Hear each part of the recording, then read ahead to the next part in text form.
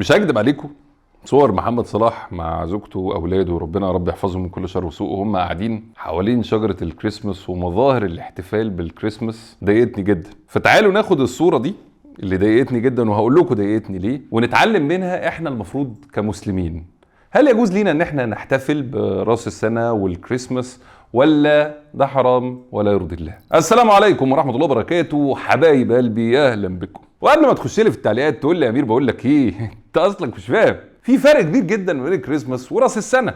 اقول لك يا ابني والله يمكن ده في العالم كله ما عدا عندنا في مصر. احنا المصريين عندنا قدره خاصه جدا ان احنا نجمع كل الحاجات في بعض ونضربها في خلاط ونطلع الصوره الخاصه بينا. يعني انا عارف كويس ان الكريسماس بالنسبه للمسيحيين الغربيين هو يوم 25 ديسمبر، بالنسبه للمسيحيين الشرقيين هو 7 يناير، راس السنه ده اللي هو ليله 1 يناير اللي هو يوم 31 ديسمبر بالليل. يعني احنا بقى المصريين ضربنا كل ده في الخلاط وطلعنا بقى ليله راس السنه دي اللي بنحتفل فيها بالسنه الجديده وبنعيد فيها على المسيحيين باعيادهم، بنعمل فيها كل حاجه. وعشان كده جمعناهم كلهم في فيديو واحد. هل انا بقى كمسلم ينفع احتفل بهذا العيد؟ خلينا قبل ما اقول لك ينفع ولا ما ينفعش ان احنا نبعد عن شخصنه الامور. يعني ما تبصليش دلوقتي وتقول لي يا امير وانت بتتكلم عن محمد صلاح عشان مش عارف ايه وبتاع. يا محمد صلاح راجل جميل ولاعب عظيم وحد من اعلى الناس في العالم في لعبته وده شيء رائع واهلا وسهلا بيه، ولكن زي ما اتفقنا ارفع الشخصنه من الموضوع. هنا مش بتكلم عن محمد صلاح بس، انا بتكلم عن كل مسلم على وجه الارض المفروض يتعامل ازاي مع اليوم ده. الناس في التعامل مع اليوم ده هتنقسم الى 4 اقسام. القسم الاولاني وهو قسم اكاد اقول انه مفيش مسلم كده اصلا، ولكن تعالوا نتعرف عليه، وهو المسلم اللي بيحتفل بليله راس السنه او بالكريسماس احتفال تعظيم. هو معتقد ومقتنع وموافق ان ده ميلاد الرب، وهي عقيده المسيحيين والتي لا نقول بها احنا المسلمين. احنا بنقول قل هو الله احد الله الصمد لم يلد ولم يولد ولم يكن له كفوا احد. فلو في مسلم احتفل وهنى وشارك في اليوم ده وهو معتقد مقتنع معظم لهذه الشعيرة وهي العيد، العلماء قالوا ان هذا الفعل هو كفر. واللي قال الكلام ده مش اي حد، دول من كبار علماء المسلمين زي ابن تيمية وابن القيم وابو حفص الكبير الحنفي وابن القاسم وغيرهم. بس دول يعني لا اظن انهم موجودين، لكن هنتكلم على النوع الثاني واللي فيه كتير من المسلمين منه، واللي بيشارك في هذه الاعياد من باب مشاركة الاجتماعيات والتعايش والمحبة والسلام والوئام. تعالى هنا بقى نفصص ونفهم مع بعض الفرق ما بين فكرة الاجتماعيات والاعياد. الاجتماعيات في حياة الإنسان هي كل حاجة بتحصل له في حياته، يعني والله اتجوز خلف اترقى فتح له مشروع اشترى شقة جاب عربية، أي مناسبة جميلة وسعيدة في حياته، أو العكس مناسبة يعني حزينة زي مثلا وفاة أو مرض شديد أو في مستشفى. وفي الاجتماعيات دي احنا كمسلمين بنتعامل مع جميع الناس سواسية، وبيبقى الحكم هنا عندنا هو أخلاقهم وشخصياتهم وأدبهم، واللي كتير من جيراننا وزملائنا وأصحابنا المسيحيين في غاية الأدب والأخلاق والجمال، وإحنا بنبادلهم الإحساس ده. ففي أفراحه هجيب هدية وأزور وأضحك وأبسط وأظهر السعادة الحقيقية اللي جاية من قلبي، فرحان لجاري أو زميلي الطيب الكويس الجميل اللي عنده أخلاق رفيعة مش عند ناس كتير. وفي حزنه هواسيه أبقى أول المعزين أو الزوار في المستشفى، بل هبقى على اعلى درجات الجدعنه. ده انا ممكن والله ادفع يعني العلاج اللي في المستشفى وانا ماشي مخدوش منه لما يقوم بالسلام. قال الله عز وجل لا ينهاكم الله عن الذين لم يقاتلوكم في الدين ولم يخرجوكم من دياركم ان تبروهم وتقسطوا اليهم ان الله يحب المقسطين. يعني يا اخواتي ده امر الدين مش بمزاجنا كده. وهنا تظهر قمه التعايش والسلام والوئام والمحبه. ولكن في الاعياد الامر مختلف.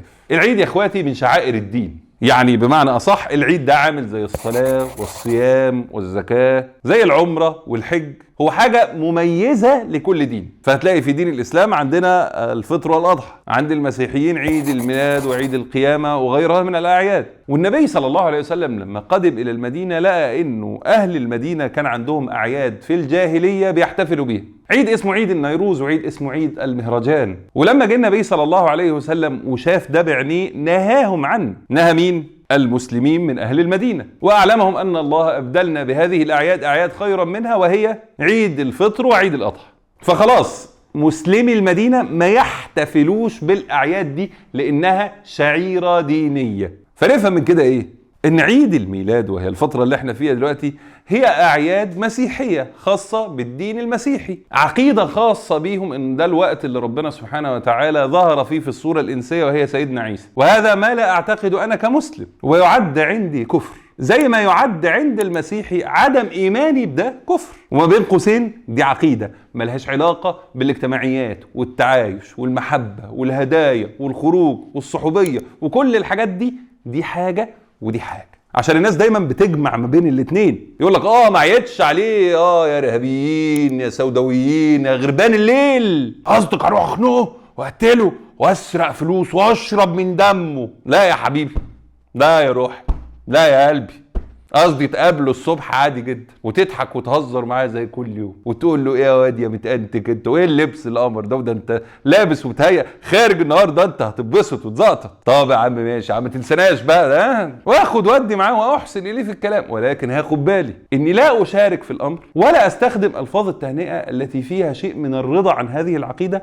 المنافيه لعقيدة الاسلاميه. والله العظيم لو فكرت فيها لمده ثواني هتلاقيها منطقيه جدا وهتلاقي مفيش مشاكل، لا انت زعلان ولا جارك وصديقك وزميلك المسيحي هيبقى زعلان ولا اي حاجه خالص، بس احنا بنحب نعقربها. وبيني وبينك في ناس والله من كتر ما هي مش بتحب المشايخ واقوال المشايخ تجار الدين دول، فاحنا نشوف بيعملوا ايه وبيقولوا ايه ونعمل عكسه. يعني هو طول السنه لا بيتعامل احسن معامله ولا باحسن طريقه ولا بالجمال ولا بالحنيه ولا باللذاذه ولا اي حاجه خالص، هو ممكن طول السنه ما يتعاملش وهو ما يرضي الله، ويجي في اليوم ده يعمل ما يغضب الله بقى اللي هو المشاركه والتهنئه، وهذا امر لا يجوز. يا رب تكون واضحه. نيجي بقى للنوع الثالث من الناس اللي هو بيقول الله يا امير انا مش الكلام اللي انت بتقوله خالص، انا بحتفل بميلاد سيدنا عيسى المسيح النبي. والنوع ده بجد والله انا عايز اقول لك حاجه، يا ابني حبيبي انت عايز تحشر نفسك في اي عيد وخلاص؟ يعني انت عايز تخش في اي حاجه والسلام؟ هو دلوقتي اللي جنبك ده بيحتفل بميلاد الرب، انت جاي تقول له لا بقى ده مش رب بقى، ده عيسى النبي وانا جاي احتفل مكانك.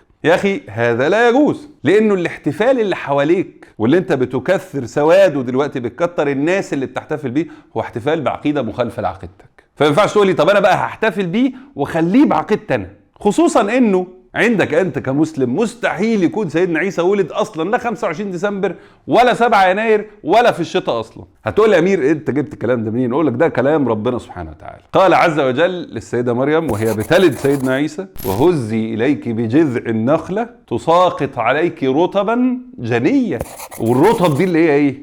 التمر الرطب ده بيبقى امتى؟ في الصيف، وبالتالي الميعاد ده اصلا مش ميعاد ميلاد سيدنا عيسى. زائد هل الاحتفال بميلاد نبي من الانبياء ده دين؟ الاجابه فمنين جبنا انه يجوز دين الاحتفال بميلاد سيدنا عيسى وهو امر دين ولم يفعله النبي صلى الله عليه وسلم ولا الصحابه ولا التابعين ولا تابع التابعين ولا العلماء لغايه ما وصلنا لغايه عندك؟ فيبقى اذا لا يحق لي اني ابتدع عيد في دين الا بدليل، والدليل مش موجود.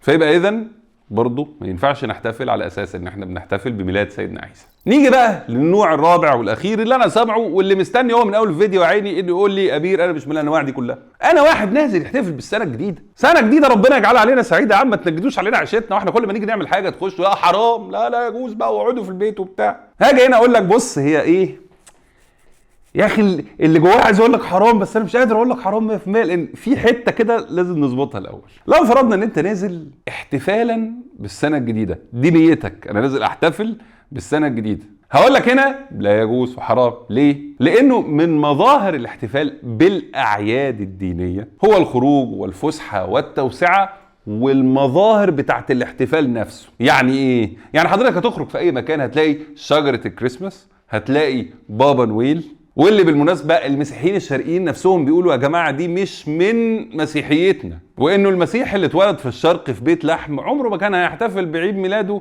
بشجرة مش موجودة غير عند الغربيين ولا بابا نويل بصورته الغربية، ولكنه الانهزام امام الثقافة اللي معاها فلوس ومعاها تطور، ولكن ما زالت هي من مشاهد ومن مناظر الخاصة باحتفالات غير المسلمين. فبالتالي نزولك بنية اني نازل احتفل برأس السنة واتصور مع بابا نويل واتصور مع الشجرة وكده، ده لا يجوز. اما بقى لو كنت هتتعامل مع اليوم ده على انه يوم اجازه، وفي العادي احنا في يوم الاجازه بنخرج نتفسح، نروح حجز كوره، نتعشى بره، بنروح انا واصحابي نقعد مع بعض، نعمل حاجه ترضي الله، ما فيهاش حرام، ما فيهاش اهتمام بمظاهر احتفال غير المسلمين، ساعتها هقول لك يا سيدي ما فيش مانع. ولكن الاولى انك ما تعملش كده. ليه بقى؟ لانه في اليوم ده بالذات، وهو اكتر يوم على وجه الارض ربنا بيعصى، اكتر يوم بيشرب فيه الخمر وتفعل فيه المعاصي في الدنيا كلها من مسلمين وغير مسلمين، ولا حول ولا قوة الا بالله. فانك ما تشاركش في اليوم ده مع الغلط اللي بيجرى ده، وتعلم الناس اللي حولك من اصدقائك واحبابك واولادك وزوجتك وابوك وامك واخواتك انه يا جماعه اليوم ده بيحصل فيه حاجات حرام ولا ترضي الله، والنبي صلى الله عليه وسلم قال عباده في الهرج كهجره الي. فايه رايكم ان احنا نتعبد في هذا اليوم؟ واحضرني هنا البوست بتاع اللي هو ايه، تعالى نقيم الليل ابتداء من الساعه 11:59 ونخلص قيام الليل الساعه 12 ودقيقه، فبالتالي نبقى ختمنا السنه القديمه بعباده، بدانا السنه الجديده بعباده والصلاه على النبي يا احمد. لكن ما تعملهاش قوي كده يعني. من الصح في اليوم ده انك تتعبد لله، انك تقرا شيء من القران، تطلع شيء من الصدقات، تقيم شيء من الليل. ولكن اللي يخلي ده بدعه ولا تجوز هو انك تخصص الليله دي بالكلام ده وتنتهي عنه بعد كده. ولكن اقول لك فرصه وجات لك من عند ربنا يا اخويا، نفسك جابتك تتعبد الى الله والناس كلها بتعصاه، فنبدا في اليوم ده ونكمل، فتبقى قراءه القران من قراءه قرانك اللي هتبقى كل يوم ان شاء الله، وصلاتك لليل هي من صلاه قيام الليل اللي انت هتواظب عليها، والصدقه اللي انت طلعتها في اليوم ده من الصدقات اللي انت هتستمر عليها باقي السنه. مش انك تخصص ليله راس السنه بالعباده، ولكن ان تجعل عبادتك باذن الله طول السنه، فربنا يتقبل منك. يا جماعه ميزاننا لازم يعتدل، ما تخليش حبك للتعايش والاجتماعيات والسلام والوئام يجي على عقيدتك، وما تخليش فهم خاطئ لعقيدتك يخليك تسيء لمعاملة الناس وتعاديهم وتقع معاهم في أشياء لا ترضي الله عز وجل، زي الأولانية بالظبط. حسن المعاملة والبر والقسط والمعايشة والسعادة والحب والسلام والوئام، كل ده ينفع يبقى موجود طول الوقت بعيدا عن المساس بعقيدتي. أظن كده واضحة تمام؟ ولو هنا يا السادة والسادة انتهى الفيديو بتاعنا النهارده. قبل ما تمشي بقى، انت مقصر معايا اصلا في اللايك اصلا، واللايك بيخلي الفيديو يطلع ريكومندد على فيسبوك وعلى يوتيوب، فاعمل لايك للفيديو مكان ما بتتفرج، وما تنساش تعمل شير في الخير والدال على خيرك فاعله. انا بحبكم في الله، اشوفكم الفيديو الجاي ان شاء الله، وكان معكم امير منير، والسلام عليكم ورحمة الله وبركاته.